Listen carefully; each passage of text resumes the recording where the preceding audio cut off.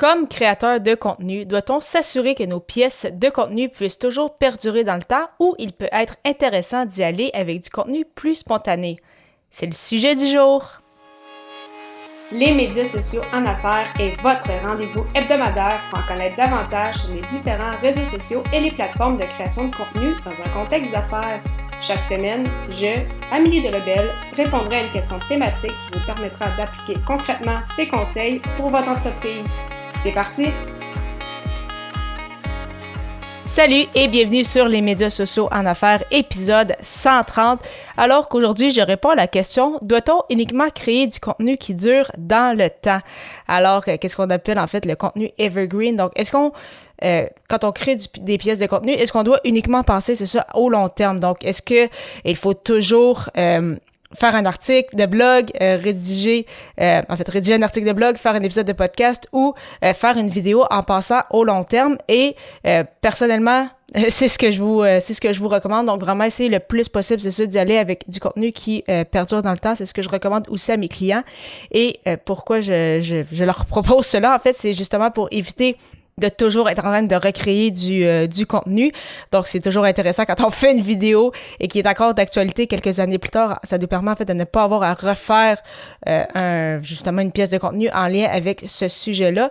Et c'est beaucoup plus facile, c'est ça, de recycler du contenu et de le mettre en contexte pour, c'est ça, le représenter peut-être d'une manière différente ou autre, plutôt que de toujours, en fait, recréer des nouvelles pièces de contenu, toujours essayer de penser plus loin, de penser à autre chose, alors que ça peut être tout simplement plus simple de juste recycler de temps à autre qu'est-ce qui a déjà été fait, peut-être le présenter d'une nouvelle façon, peut-être le présenter ça sous un autre angle, mais vraiment essayer de toujours recycler, en fait, le plus possible son contenu.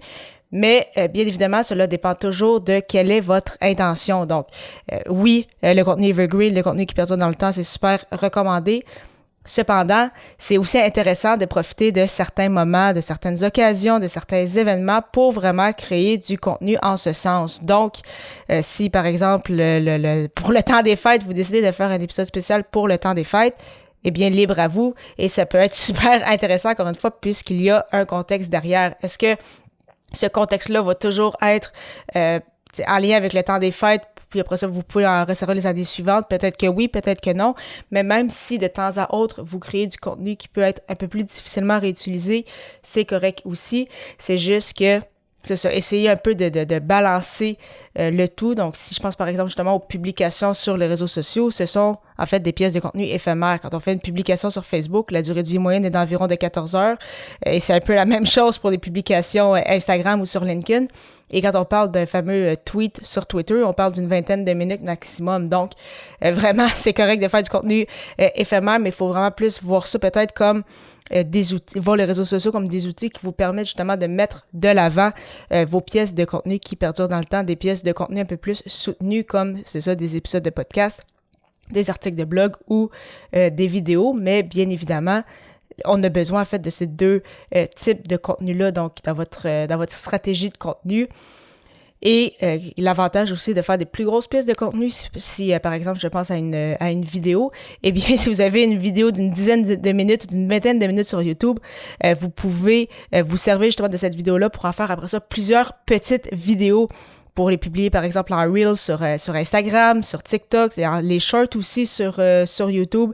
Même chose avec les épisodes de podcast. Vous pouvez prendre quelques extraits de quelques secondes, des extraits un peu plus punchés pour justement mettre de l'avant votre épisode en ayant toujours en fait un appel à l'action, en amenant toujours les gens à l'endroit désiré. Avec vos articles de blog, vous pouvez justement prendre un extrait aussi et en faire une publication sur les réseaux sociaux pour par la suite amener les gens pour lire la suite.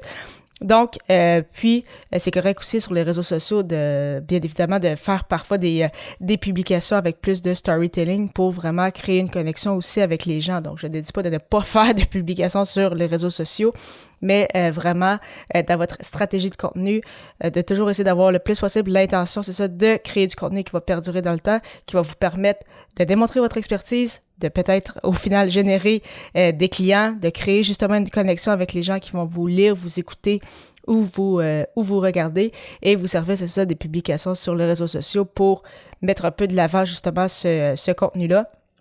Parfois aussi, bien sûr, créer du contenu, c'est ça un peu plus éphémère qui va... vous savez que ça va fonctionner pendant quelques heures, mais sans plus. Mais si, pour le moment, vous n'avez pas encore dans votre stratégie de contenu, de stratégie pour justement créer des pièces de contenu plus sur le long terme, donc vous ne faites que du contenu sur les réseaux sociaux, ce serait peut-être à regarder parce que, encore une fois, le contenu que vous mettez sur Facebook, LinkedIn, etc. ne vous appartient pas. Alors que sur votre site web, sur votre chaîne YouTube, sur votre podcast, ce contenu-là est à vous et c'est ce que vous voulez. En fait, vous voulez garder le plein contrôle sur votre contenu. Donc, bien évidemment, c'est ça. Donc, le contenu evergreen, donc le contenu qui perdure dans le temps, vous en voulez, assurément. Est-ce que ça vous empêche de créer du contenu éphémère? Bien sûr que non. Mais c'est ça, important d'équilibrer un peu le tout et de préférence avoir beaucoup plus de contenu qui perdure dans le temps plutôt que du contenu éphémère. Et n'oubliez pas que c'est ça, ce qui est sur votre site, ça vous appartient. Ce qui est sur les réseaux sociaux, ce n'est pas le cas. En lien justement avec la création de contenu, si vous souhaitez lancer un blog ou un podcast, mais vous ne savez pas par où commencer, je vous propose mon guide gratuit, Le pouvoir de la création de contenu, qui vous livrera les premières étapes pour démarrer votre aventure de la création de contenu. Et pour le télécharger, simplement vous rendre au ameliedelabel.com/guide. Au plaisir de vous retrouver pour l'épisode 131, alors que le sujet sera « Comment un challenge peut vous aider à vous propulser ».